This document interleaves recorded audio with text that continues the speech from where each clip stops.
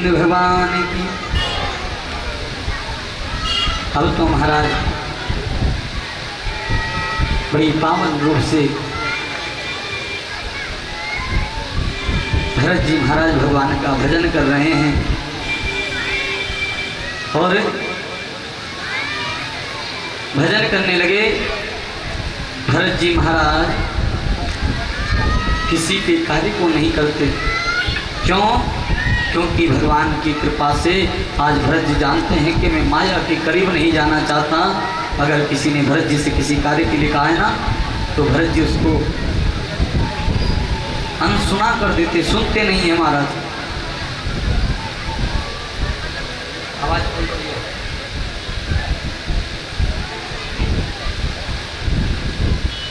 भाइयों ने मिलकर के, पिताजी ने धक्का दे करके भरत जी को भगा दिया। जाओ, काम का ना काज का और दुश्मन अनाज का, खाली बैठे बैठे भोजन करने के लिए यहाँ आए हुए हो।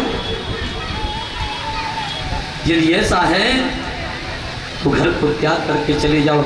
मेरे भरत जी महाराज घर का त्याग करके चले गए, वन में जाकर के कुटिया में निवास करने लगे। और जिस कुटिया में निवास करते हैं वहां बैठ करके भगवान का भजन करते हैं। एक दिन उसी वन के मार्ग से हिरणी का झुंड आया, मृगों का झुंड आया, जिसमें हिरणी गर्भवती थी। जल पीने के लिए सरोवर के पास गई। जैसे ही जल पीने का प्रयास किया, सिंह ने दहाड़ लगाई और सिंह के दहाड़ के कारण हिरणी डर गई और उसका गर्भपात हो गया। उसका गर्भ वहीं जल के किनारे पर गिर गया, सरोवर के। हिरणी डर के मारे सभी हिरण के झुंड में ही सम्मिलित होकर के चली गई और उस हिरणी के गर्भपात होते हुए श्री भरत जी महाराज ने देखा। भरत जी महाराज भागते हुए कुटिया से आए, उस हिरण के बच्चे को उठा करके उसको नहला धुला कर साफ किया और उसकी सेवा करने लगे। जो भरत जी 24 घंटे भगवान का भजन करते हैं ना, वो भरत जी 24 घंटे में से 3 घड़ी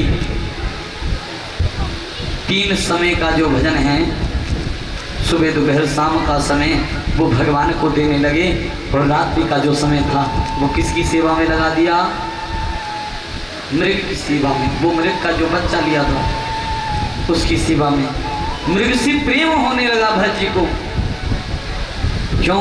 संसार में अगर कोई चीज सुंदर है ना, तो सबसे सुंदर है मृग के नैन। मृग के नैन से ज्यादा सुंदर संसार में ना कुछ है और ना कुछ होगा।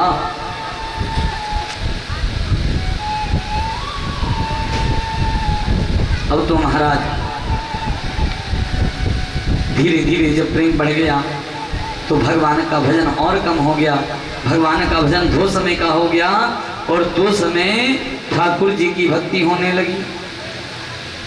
धीरे धीरे प्रेम और बढ़ा। मृग की सेवा 3 समय मृग के साथ खेलने लगे भरत जी। एक समय भगवान की भक्ति करने लगे। एक समय ऐसा आया कि भगवान की माला छूट गई और मृग से प्रेम हो गया। मृग के संग ही आनंद में आज भरत जी रहने लगे।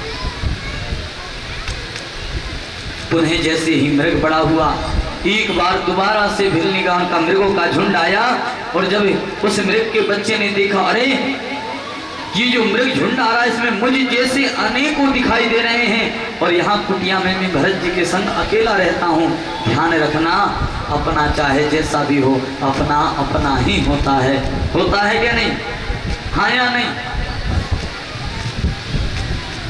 आज भरत जी ने उस मृग के बच्चे को इतना प्रेम दिया जितना वो मृगों के बीच में रह करके उसको नहीं मिल पाता। उसके बाद भी क्या हुआ? वो मृग का बच्चा आज भरत जी को छोड़ करके और मृगों के झुंड में जाकर के शामिल हो गया, उन्हें उनके साथ चला गया। भरत जी अकेले हो गए। भरत जी ढूंढने लगे, मेरा मृग कहाँ चला गया? मैंने इतने लाड प्यार से जिस मृग को पाला है वो मृग कहाँ चला गया? मेरा मृग कहाँ चला गया? मेरा मृग कहाँ चला गया? विचार करते करते करते करते भरत जी बीमार हो गए और ग्राम बीमार हुए तो अंत समय में अपने प्राणों का त्याग कर दिया। हाय मृग, मेरा प्यारा मृग मुझे छोड़ करके चला गया, मृग मुझे छोड़ करके चला गया, मृग मृग मृग करते हुए भरत जी ने अपने प्राणों का त्याग किया। यंतामती सो अंत के समय जैसी मति हो जाएगी ना, ऐसी ही गति हो जाएगी प्यारे। कहने का तात्पर्य है मरते समय भगवान के नाम को अवश्य जपना चाहिए, संसार से मोह को हटा लेना चाहिए। क्यों? क्योंकि मरोगे ना और घर की चिंता करोगे तो फिर चिंता कौन करता है ये समझ लो, भगवान आपको वही बना करके भेज देगा। अगला जन्म पुनः भरत जी का मृग योनि में हो गया। एक ने कहा गुरुजी हम ये कुत्ता 25,000 का लाए हैं, बड़ा ईमानदार है। हमने कहा होगा क्यों नहीं, है तो तुम्हारे दादा ही हैं? पुराने जमाने के तुम्हारे पिछले जन्म के दादा हैं, तुम्हारे यहाँ चल करके आए हैं। अरे गुरुजी ऐसा कैसे कह रहे हो, दादा कैसे हो जाएंगे? हमने कहा दादा ईमानदार होता जाता। हमने कहा साबित कर दे, क्या कहो?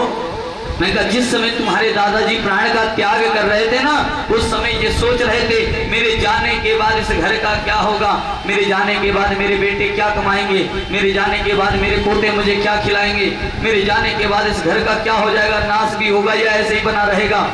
भगवान ने कहा ज्यादा घर की चिंता होती है, जा तुझे चौखट का कुत्ता बना के भेज देता हूँ, बैठ करके देखते रहना तेरे पोते तेरे बेटे क्या कर रहे हैं। हाँ, अंतोमति सागति, जैसी मति होगी ऐसी ही गति होगी। अगला जन्म श्री भरत जी महाराज का मृग योनि में हो गया। जब मृग की योनि में आए तो भरत जी को बड़ा पछतावा हुआ, मैंने मृग की सेवा करी इसलिए पुनः मुझे मृग का ही जन्म लेकर के आना पड़ा है। भगवान की तपस्या करना चाहते हैं, मृग योनि में नहीं हो सकती। भगवान से क्षमा मांगने लगे, हे नाथ मुझसे जीवन में बहुत बड़ी भूल हो गई है, अगली बार ऐसा नहीं होगा, तुम्हें एक बार मनुष्य जीवन दान देने का कार्य करें। भरत जी ने दोबारा मनुष्य का जन्म मांगा। एक बार तो गलती हो गई, अब की बार गलती नहीं होगी, अब की बार मुझे मनुष्य बना दीजिए। लेकिन समझो प्यारे, भगवान ने पहले से आपको मनुष्य बना रखा है, अगर अब आप नहीं समझ पाए तो फिर कोई समझाने वाला नहीं मिलेगा, फिर ये जीवन नरक हो रहा है, नरक हो जाए। इसलिए समझ लो, जीवन को सुधार लो। धन कमाना अच्छी बात है, मैं ये नहीं कहता धन नहीं कमाओ, धन खूब कमाओ। ठाकुर जी करें अगर तुम 1 लाख महीना कमा रहे हो, आपके यहाँ 4 लाख महीना कमाने वाले हो जाए। 4 लाख कमा रहे हो, भगवान करे 40 लाख कमाने वाले हो जाएं। लेकिन उस कमाने का फायदा कब होगा, उस धन का लाभ कब होगा? जब धन को ठाकुर जी के लिए धर्म के प्रति खर्च करोगे तब ये कार्य सफल माना जाएगा, तब ये धन कमाना सार्थक हो जाएगा, तब जीवन में सार्थकता होगी। हाँ, तब भगवान कृपा करेंगे।